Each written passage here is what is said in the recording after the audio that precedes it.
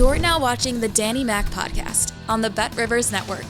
Thanks for giving me some time. I'm Dan McNeil, and you're listening to the Danny Mac Podcast, courtesy of the Bet Rivers Podcast Network. And I'm glad you're with me. I'm glad you have been telling your friends. Some of you have been doing that about the podcast because subscriptions have gone up. We're getting more traffic on YouTube.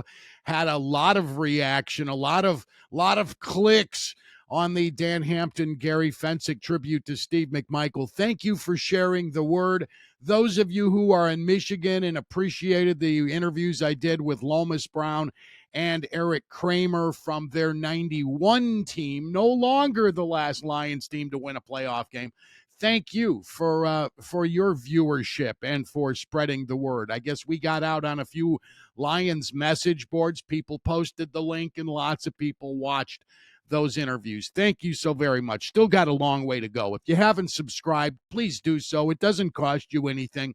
It's just a couple of clicks. I would appreciate it. And then tell people about it, that I'm still talking sports, and I'm doing it in a way that is a little bit unconventional. I'm not going to read text messages or refer to things that happen on social media all the time.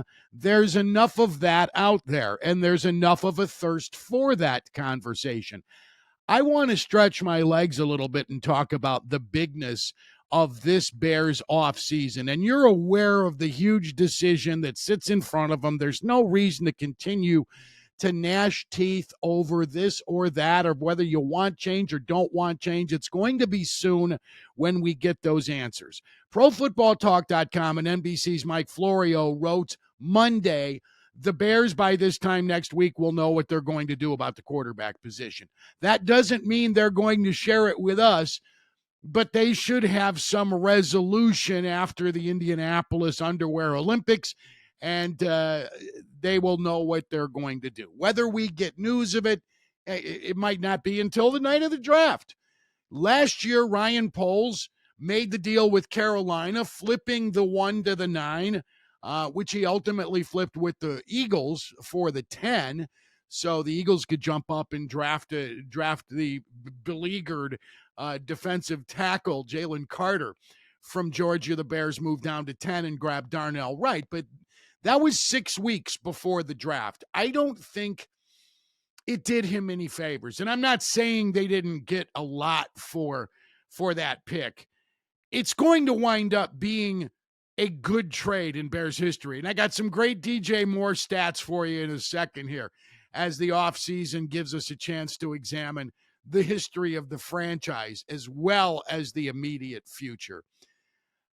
I think he should hang on a little bit longer and check people's pulse. You're always going to find somebody who may panic when you get closer to the deadline. Hang on to it. There's no necessity to dump that number one. And I'm on the record. I think you draft a quarterback, and I don't care if it's Williams or May. You take one of them. I've said that over and over again. No reason to keep repeating myself. You know where I am on that. There's news in Packers camp. Not really news, but Packers fans are starting to beat the drums for their running back, Aaron Jones. And after the last 5 games of the season, he certainly merits being bumped in salary. If time allows, I want to get to that. But I want to go over the history of this Bears quarterback position and how limp it is compared to 31 other teams in the National Football League. And this is only a 1-year standard. I admit that in just 1 year, that's not necessarily the way you gauge a quarterback's importance to his team or how well he played in that given season, because there are things Justin Fields did in 2022 that don't count for his passing stats that helped the Bears stay in games and made them very exciting. They only won a few games that year. You might recall Matt Eberflus getting thumped in the moon repeatedly in his first season on the Bears sideline, but he was much more valuable than the 2,500 or so passing yards he accrued. That said, the Bears, of all the teams in the NFL, for their single season passing yardage record, have the lowest total. In 1995, Eric Kramer passed for 3,838 yards. Of the 32 teams in the league, that is the lowest for a single season standard.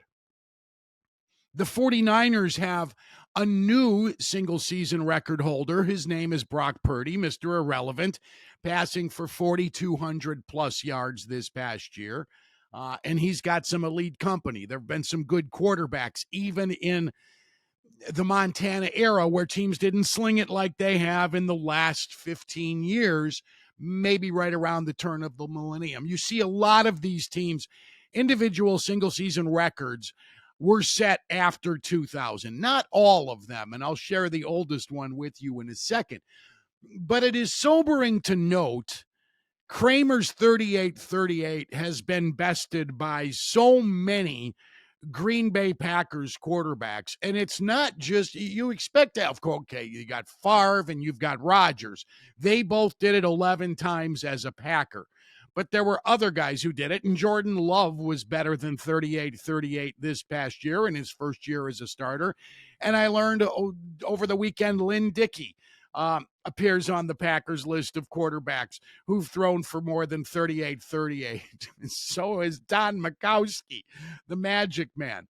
But there are some staggering names you just, oh my God, Jay Cutler never beat that. Justin Fields, Mitch Trubisky, you pick a guy. They never got to that guy's level of excellence when he led his team in passing yards. And I'm talking specifically about a guy, you might struggle to remember him, Josh Freeman in Tampa in 2012, passed for more than 4,000 yards. That is sobering. Case Keenum, when in Denver, passed for more than... I'm not making this up. Blake Bortles did it a few times with the Jaguars. As much of a punchline as some of these guys are, there are quarterbacks in the league who several times have bested what Eric Kramer did for the Bears single season standard. Now, I bring this up because this is the time when you just have to recognize as a franchise enough. This 104 years of a leaky roof has got to stop. And I don't care whether it's Williams or May, pick one of them, but do that this year. Don't return with Justin Fields under center. You can't do that. When you've got guys like Kirk Cousins, who 6 or 7 times in his career has passed for more than 4,000 yards. And in your division, you've got the Packers' dominance, more guys in franchise history than any other team, better than Kramer's record with the Bears. 25 times Packers quarterbacks have passed for more than that. Tom Brady has done it by himself, obviously by himself, 15 times in his career. That's the most seasons above 38-38. He did it 12 times with New England, thrice with the Buccaneers. I love thrice. I should keep that alive. Peyton Manning did it 11 times with the Colts and 3 times with the Broncos. Favre did it 11 times in Green Bay. He also did it in Minnesota. Rodgers did it 11 times in Green Bay. Hasn't done it yet with the Jets. But it is so sobering to look at the history of these other teams and realize how bad the Bears have been and for this long. We're coming up on 30 seasons since Eric Kramer was threading the needle to Curtis Conway and Jeff Graham. My God, 30 years in this passing era? Several years now of 17 games, and you can't beat the mark that was set in 95. And you consider rolling this guy out again. Shame on you. Matt Schaub, 3 times in his career with the Houston Texans, passed for more than 38-38. Neil Lomax of the Cardinals. Neil freaking Lomax. Sam Bradford. I could keep going. This is just staggeringly horrible to go over this list. And why do I do it? Because the Bears are looking at a chance to shake their franchise and rewrite the record books. It is long past time Team McCaskey got with the program and recognized it doesn't matter what you do with your windows and your deck and your carpeting when your roof is fucking leaking. Fix the leaking roof, please. Thank you. Here's some good news. DJ Moore has a lot of miles left on that odometer. His first year with the Bears, he had 1,364 receiving yards. That's the fourth best for one season in franchise history. The single season mark is held by Brandon Marshall, and people couldn't wait to run him out of town 2 years later. But Marshall caught 1,500 yards worth of biscuits in his big year of 2012, and then he was close to that the next year when Alshon Jeffrey had his big year. Marty Booker is listed as top 5. But it will not be too long from now when we can strike some of these leather helmet eras from the record books from the Bears and watch DJ Moore, number 2, ascend. Dig this. Right now, after just one season, he's 56th all-time on the Bears receiving list. Give him the same numbers next year. 1,364 yards, most doable, right? And he's going to more than cut that in half. He'll jump into 24th place on the Bears all-time list. He'll leapfrog Marcus Robinson, Cuckoo Kachu. If he does it a third straight year, if he does it this coming year, 24 and again in 25, 1,364 yards, he will move into the number 8 position, right behind Matt Forte and right ahead of Marty Booker. The ultimate goal being the season of 2026. If DJ Moore can average 1,364 yards in each of the next 3 seasons, in the 26th season, he will become the Bears' all-time leading receiver, and we can stop saying the name Johnny Morris, good old number 47, who played for the Bears between 58 and 67. His 5,057 yards in his career, the most in Bears history. Number 2, Harlan Hill. He was even earlier than Morris. He came into the league in 1954. Third was Alshon Jeffrey, guy from the modern era, the only guy in this millennium on the Bears' top 5 list. Walter Payton, 75 through 87, is 4th, followed by Mike Ditka. Go DJ Moore. Stay healthy. Man, that record's got to come down. As the Bears look for a franchise quarterback this April, and hopefully that's the move they recognize next week when Florio says they'll be making this big decision. They can get that situation rectified, and they also can work on eliminating some of these 14-game schedule, guys. And one note, I failed to mention the oldest record in the NFL for single-season passing yards is Joe Namath. In 1967, he threw for 4,007 yards. I think the Jets went 5-8-1 that year. That's the AFL Jets. He's the only Jets quarterback in franchise history to throw for more than 4,000 yards. So Jets fans, of the teams that have been to the Super Bowl, only 4 have not. You know who they are. They're the Lions, the Jaguars, the Browns, and the Texans. Of the teams that have been there, the Jets fans have suffered the tortures of the damned even more than Bears fans. Namath was a long time ago. So was Ken O'Brien, who has a couple of years better than Eric Kramer's 38-38. Last up is for the Packers. I have said the Bears organization has not treated its players very humanely.